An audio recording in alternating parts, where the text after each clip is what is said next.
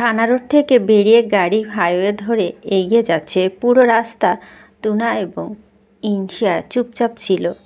তুনাকে তাদের বাড়িতে ড্রপ করে দিয়ে গাড়ি পুনরায় স্টার্ট করে ইহান। শামিন এতক্ষণে মেয়ের মুখের দিকে তাকায়। ইনশিয়া তখন থেকে বোকার মতো ডোপ টেস্টের রিপোর্টটা দিকে তাকিয়ে আছে। এই কয়েক ঘন্টা তার উপর দিয়ে কী গেল কিছুই বুঝতে পারছে না, শুধু কানের কাজ করছে, বাজছে। কেউ কর্কশ স্বরে কনস্টেবল দুটোকে বলছে, ডোপ টেস্ট রিপোর্ট পজিটিভ পেলে চার্জ লাগিয়ে একেবারে 14 শিখের ওপারে ঢুকিয়ে দেব। ডোপ টেস্টের রিপোর্ট পজিটিভ আসবে কেন? ইনশা কি এত বকে জন্মে? সে মদ খায়?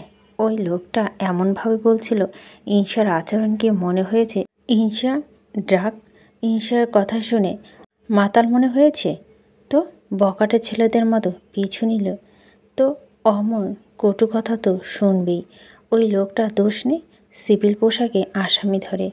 আনপ্রফেশনাল ফালতু লোক। ইনশার জীবনে এতটা অপমানিত কখনো হয়নি সে। মাতারানী অদ্রিতা আলো ওয়াইফ অফ শামিন ইয়াসা মির্জা যখন চপ্পল উঠিয়ে মারে তখনও ইনশা এতটা অপমানিত বোধ করে না। আজ ওই কনস্টেবলগুলো কেমন দাঁত বের করে হাসছিল। আম্মা। ইনশার ঘোর কাটে ইয়াসা মির্জা ডাকে। পাপার দিকে এক পলক তাকিয়ে ইনশা মাথা নিচু করে ফেলে। ড্রাইভ করতে করতে ফ্রন্ট মিররে বাবা মেয়ের দিকে তাকিয়ে ইহান মিলান হাসে। শামিন কণ্ঠস্বর স্বাভাবিক রেখে বলতে থাকে, আম্মা আপনাকে তো কম্বাইন্ড স্টাডি করার জন্য তুনাদের বাড়িতে যাওয়া পারমিশন দেওয়া হয়েছিল। আপনি হাইওয়েতে কী করেছিলেন আম্মা? ইনশা কিছুক্ষণ চুপ করে থেকে বলে, পাপা আর হবে না। ইহান মৃদুস্বরে হেসে ফেলে। হাসে শামিনও। ইনশিরাও একবার পাপা আর একবার ভাইয়ের দিকে অবাক হয়ে তাকায়। শামিন হাসি থামিয়ে বলে, আর হবে না এই কথাটা এ যাবৎ কতবার বললেন আম্মা? ইনশিরাও দমে যায়। এরপর তার আর কিচ্ছু বলা থাকে না। সে মেনে নিল সে অপরাধী। আত্মপক্ষ সমর্থনের সুযোগ রইল না আর।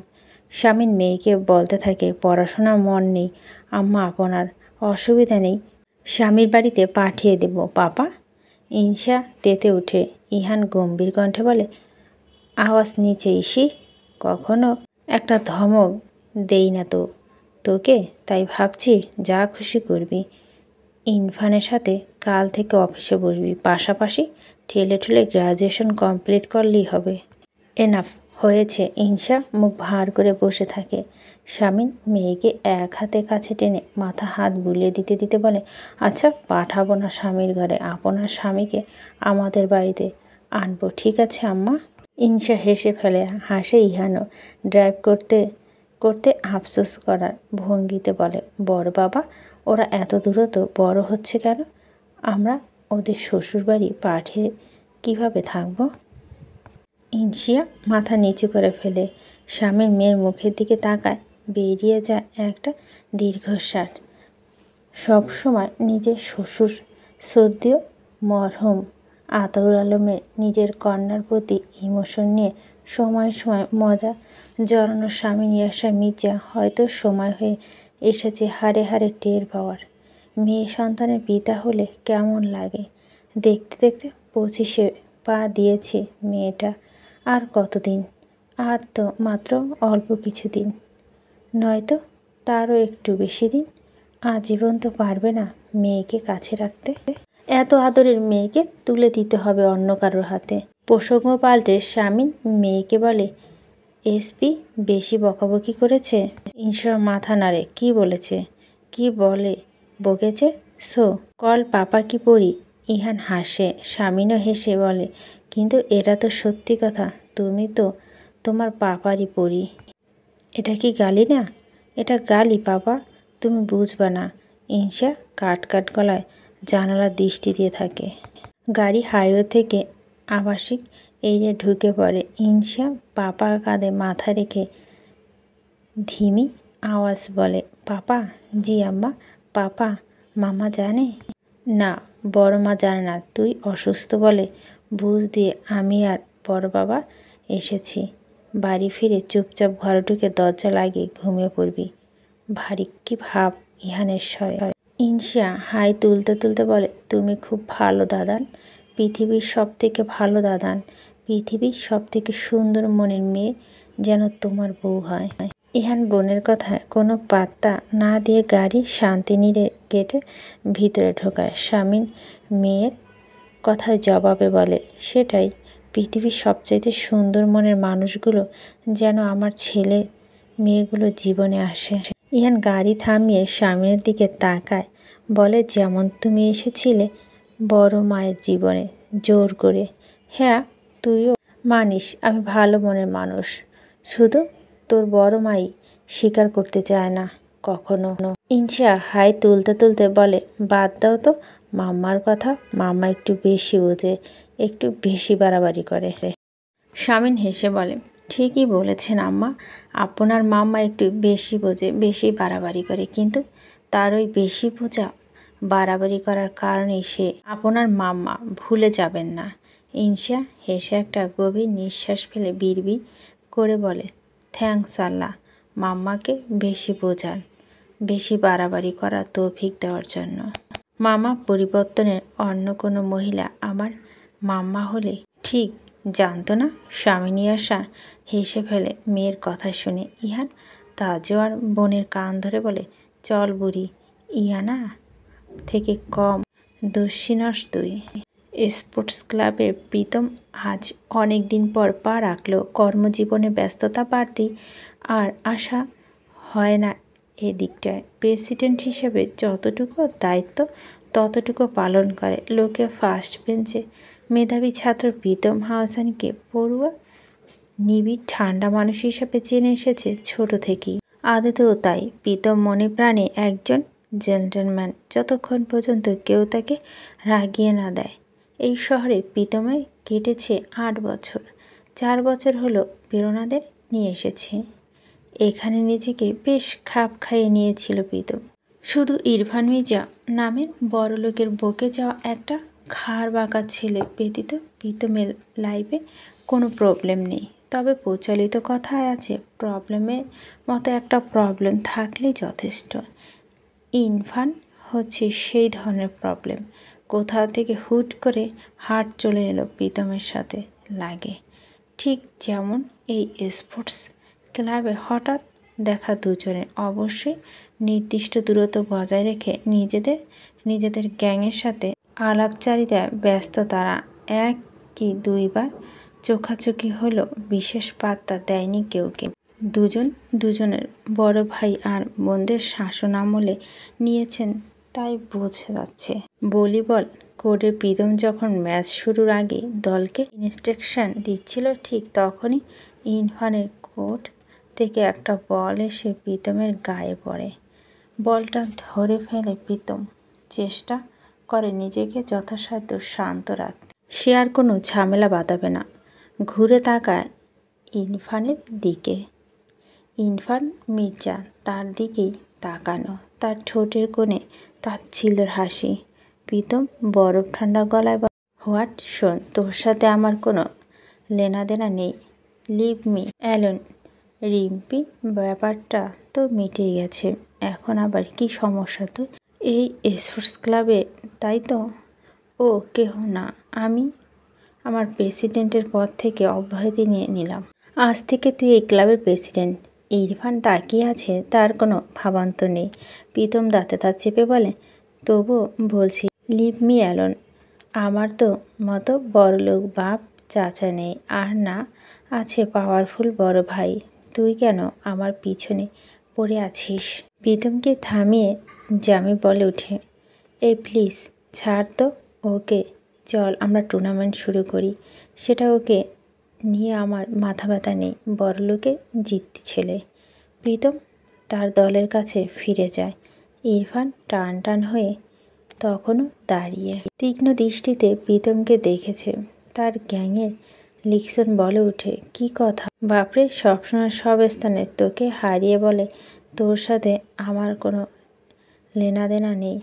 ইরফান এবার একটা বৈচারিক হাসি দেয়, তারপর বলে, ও আমার সাথে লেনাদেনা নেই, কিন্তু আমার তো ওর সাথে লেনাদেনা আছে।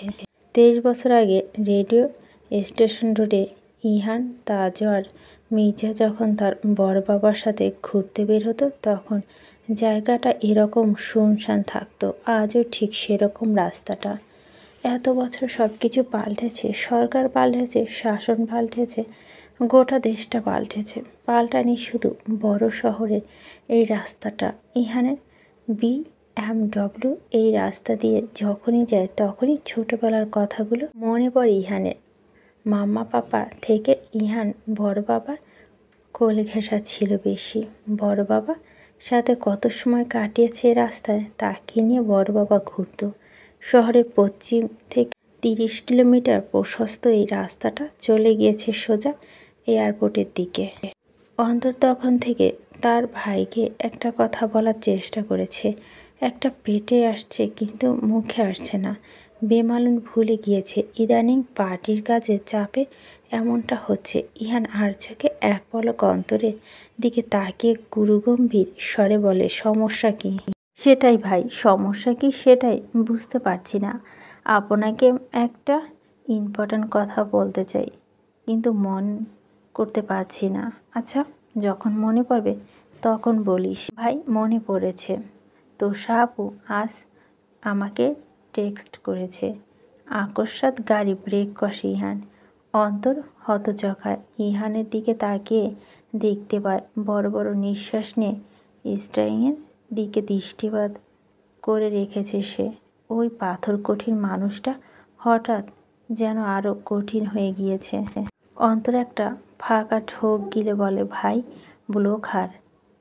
জল শক্ত হয়ে গিয়েছে ইহানের। অন্তর বলে, দিয়েছি ভাই, তখনই দিয়েছি। বলল আপনাকে একটাবার সরি বলতে চায়। আপনার ফ্যামিলি কারোর সাথে যোগাযোগ করা পসিবল হচ্ছে না তাই আমাকে। ইহান হাত দিয়ে ইশারা করে চুপ করিয়ে দেয়। চওড়া কপালে পেশি টান টান করেছে। এই বিষয়ে আর একটাও কথা শোনা যেন সে ইচ্ছুক নয়। আশেপাশে তাকিয়ে কণ্ঠস্বর স্বাভাবিক করে বলে, চল বাড়ি ফেরা যাক। গাড়ি ঘুরিয়ে নেয় শহরের দিকে। প্রায় 7 কিলোমিটার দূরে চলে গিয়েছে আজ। কিছুক্ষণ পরই আবারও গাড়ি ব্রেক হুট করে কষে দেয় সে। অন্তর ইহানের দিকে তাকিয়ে অবাক হয়ে বলে, কি হলো ভাই? ইহান দৃষ্টি গাড়ির লুকিং মিররে। অন্তর ইহানের দৃষ্টি অনুসরণ করে ঘাড় ঘুরিয়ে পিছনে তাকিয়ে বলে ওঠে, আরিব্বাস, এ তো হুমকি ধামকি আপা, এখানে কি কাম এর? প্রেরণা ধৈর্য শক্তি দারুণ। সে সহজে মেজাজ ছাড়ায় না, কিন্তু আজ ভীষণ উত্তেজিত লাগছে তাকে। রাত 12টা প্রায়। এই শুনশান এলাকায় এসে স্ক্রুটা খারাপ হতে হলো। আজ গিয়েছিল রেস্তোরাঁ ম্যানেজার সাব্বির অসুস্থ বউকে দেখতে, সেখান থেকে ফিরতেই এত রাত। এদিকে ফোনের চার্জ শেষ। ওভার ডেকে প্রীতমকে ফোন করার আগেই ফোনটা সুইচ অফ। নিশ্চয় ওরা সবাই টেনশন করছে। মেজাজ পুরোপুরি হারিয়ে স্কুটি ধরে একটা ঝাঁকুনি দেয় সে। ইহান লুকিং মিররে তার দিকে তাকিয়ে অন্তর কিছু বলতে যাবে তখনই গম্ভীর স্বরে বলে, ওনাকে গিয়ে জিজ্ঞেস করো সমস্যা কোথায়। খেপেছেন ভাই? অযাচিতভাবে হেল্প করতে গেলে সন্দেহ নিয়ে তাকে 14টা প্রশ্ন করে কথা শুনিয়ে দেবে। এই এলাকায় মহিলাদের জন্য সেফ না। আশেপাশে 3 কিলোমিটার কোনো বসতি নেই, পুলিশ চেকপোস্ট নেই। যা গিয়ে দেখ, শুধু জানতে চাইবি কোনো হেল্প লাগবে কি না। ভাই থাপ্পড় মারবে, আপনি যান। ইহান তাজোয়ার শান্ত চোখে অন্তরের দিকে তাকাতেই অন্তর ঢোক গিলে বলল, যাচ্ছি। গাড়ি থেকে নেমে দু গালে হাত চেপে অন্তর এগিয়ে যায়, যেন ওই ভদ্রমহিলা থাপ্পড় না মারতে পারে। এই নীল রঙের শাড়ি এসে কিছুটা সামনে থেমেছে। প্রেরণা দেখেছে কিন্তু বিশেষ পাত্তা দেয়নি। শুধু যখন দেখেছে গাড়ি থেকে একটা ছেলে নেমে তার দিকে এগিয়ে আসছে তখন সে সতর্ক হয়ে টান টান হয়ে দাঁড়ায়। পাশ থেকে একটা ছোট চাইনিজ নাইফ বের করে আঁচলের নিচে হাত লুকায়। উল্টোপাল্টো কিছু করতে এলে এক ফোঁস মারবে। অন্তর প্রেরণার কাছে এগিয়ে আসতেই প্রেরণা কর্কশ গলায় বলে উঠল, কী চাই? আপনার কি কোনো হেল্প লাগবে? তাতে আপনার কি? ধমকে উঠে প্রেরণা। অন্তর ঘাবড়ে বলে, না মানে ভাই পাঠিয়েছেন, জায়গাটা ভালো না, কোন ভাই? কোথাকার ভাই? ইহান, তাজর মির্জা, আমতা আমতা করে বলল অন্তর। প্রেরণা একটু দমে যায়, ঘাড় ঘুরিয়ে গাড়িটার দিকে তাকায়। এজন্য গাড়িটা চেনা চেনা লাগছে। অন্তর বিনয়ের সাথে বলতে থাকে, হেল্প লাগবে আপা? প্রেরণা মাথা ঝাঁকিয়ে বলেন, না, ক্যাব বুক করেছি, আসছে পথে। থ্যাংক ইউ আপনাকে। ও ওকে। অন্তর গাড়ির দিকে ফিরে যায়। প্রেরণা বিরক্ত হয়ে আশেপাশে তাকায়। এখনও ক্যাবটা আসছে না কেন? মেজাজ খেয়েই হারিয়ে হারিয়ে স্কুটে একটা লাথি মারে সে। ইহান লুকিং মেরে প্রেরণার কাণ্ড দেখতে থাকে। অন্তর এসে গাড়িতে বসে বলে, গাড়িটা স্টার্ট করেন ভাই, ওনার ক্যাফে আসতেছে। ইহান গাড়ি স্টার্ট করতে করতে আরও একবার মিউরে তাকায়। প্রেরণা দ্বিতীয় দফায় লাথি বসায় তার স্বাদের স্কুটিতে। ইহান সেদিকে তাকে বিড়বিড় করে বলে, বেচারা স্কুটি। আজকে ইনায়া মির্জাকে একটু কর্মঠ মেয়ে মনে হচ্ছে। বাড়িতে তার বান্ধবীরা এলো, তার চেষ্টা করছে নিজের হাতে সবটা করার। মির্জা বাড়ির মেয়ে হিসেবে ইনায়া কাজে কমবে ইনশিয়ার থেকে চালু এবং আগ্রহী। খানিকটা স্বাস্থ্যবতী হওয়াতে অল্পতে হাঁপিয়ে উঠে যায়। এই যা ইনশা দৌড় চা কফি পর্যন্ত হলে ইনায়া শখের বসে এটা ওটা রাঁধতে গিয়ে বেশ ভালোই দক্ষতা অর্জন করেছে। বান্ধবীদের জন্য ডেজার্ট আইটেম তৈরি করছিল ইনায়া। আজ বাড়িতে ইনায়া 5 বান্ধবী এসেছে।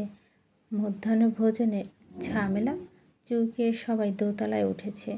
ইনায়া কিচেনে ব্যস্ত তার স্পেশাল আইটেম নিয়ে।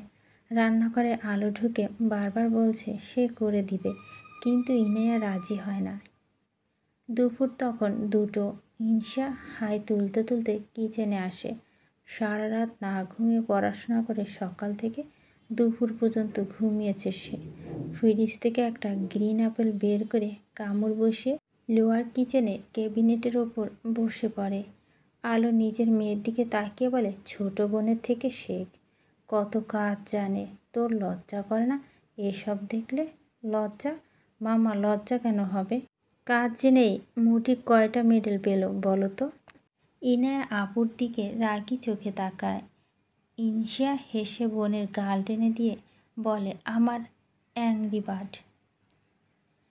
আলো ইনশিয়ার হাত থেকে আপেলটা কেড়ে নিয়ে ধুয়ে দিয়ে বিরক্তর সহিত বলে, ধুয়ে খা না মা, তোকে নিয়ে আমি কোথায় যাব? আপাতত আমার রুমে। মাথা টিপে দেবে আমার। চলো। মাথা ছিঁড়ে যাচ্ছে যেন মাম্মা। ইনায়া অবাক হওয়ার ভান করে বোনকে বলে, এই আপু কোথায় যাচ্ছিস? ওরা সবাই এলো, তুই নিজের মতো থাকবি। নিজের মতো থাকবো না তো কী করব? তোর বান্ধবীরা কি আমার সাথে আড্ডা দিতে এসেছে? ওরা তো আসে অন্য কারণে। গা ছাড়া ভাব নিয়ে বলল ইনশিয়া। ঋতু তখন রান্নাঘরে ঢোকে। আলো ইনশিয়ার কথাই বলে, ওরা অন্য কারণে আসে মানে? ইনশিয়া আপেলে চিবুতে চিবুতে বলে, যে বাড়িতে দুটো সুদর্শন ছেলে আছে সে বাড়িতে আমার আর ইনুর বান্ধবীদের আনাগোনা একটু বেশি হবে, তাই নয় কি মাম্মা? আলো হেসে মেয়ের কথা। ইনায়া আশেপাশে তাকিয়ে বলে, আসতে বলো না। আর মোটেও নাই, ওরা আমাকে দেখতে আসে, অমন কিছু নয়। ও তোকে বলেছে? তুই বেশি জানিস। যা গিয়ে দেখ সব কটা বড় দাদানকে এক ঝলক দেখার জন্য কীরকম মরিয়া। ইসরে পাকার দল। ইনশিয়া এভাবে বলিস না। মায়ের কথায় ইনশিয়া চুপ হয়ে যায়।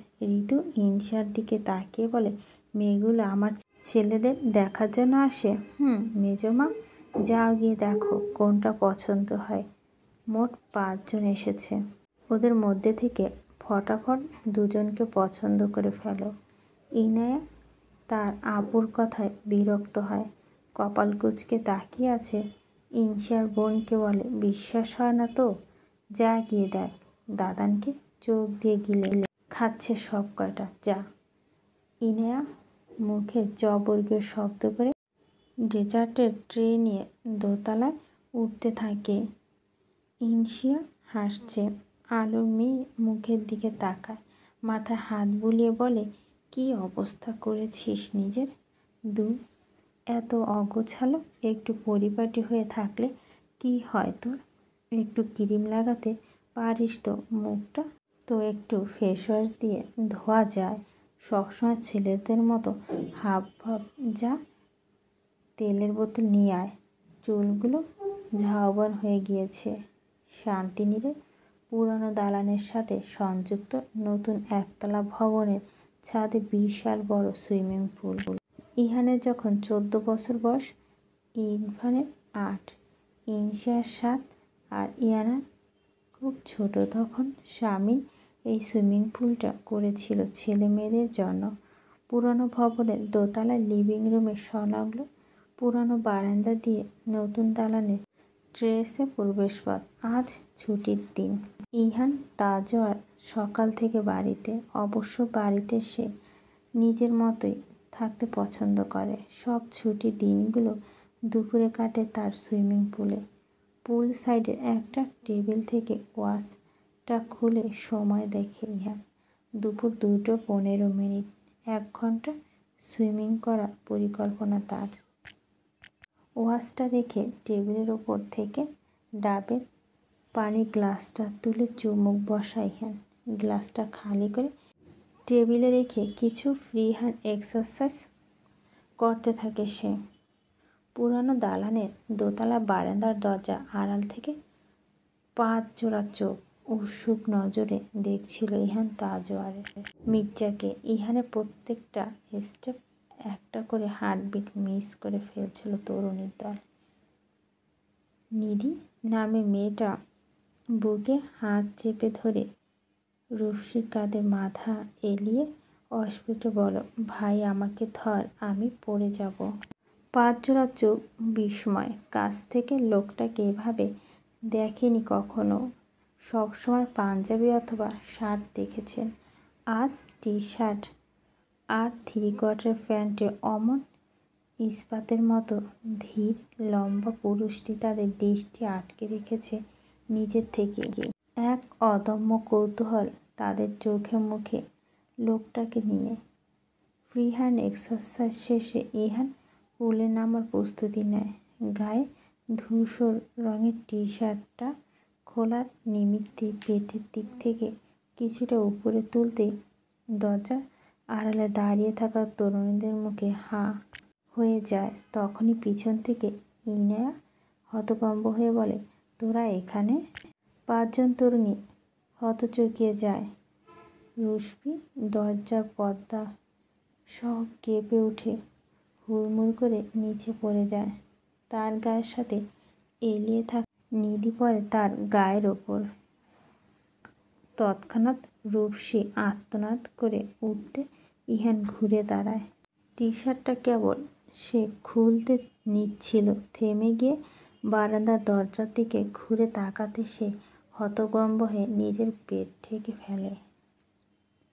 ইনায়া 5 বান্ধবী অপ্রস্তুত হয়ে কাঁচুমাচু মুখ করে দাঁড়িয়ে আছে। ইনায়ার চোখ সরু করে সবাইকে দেখছে।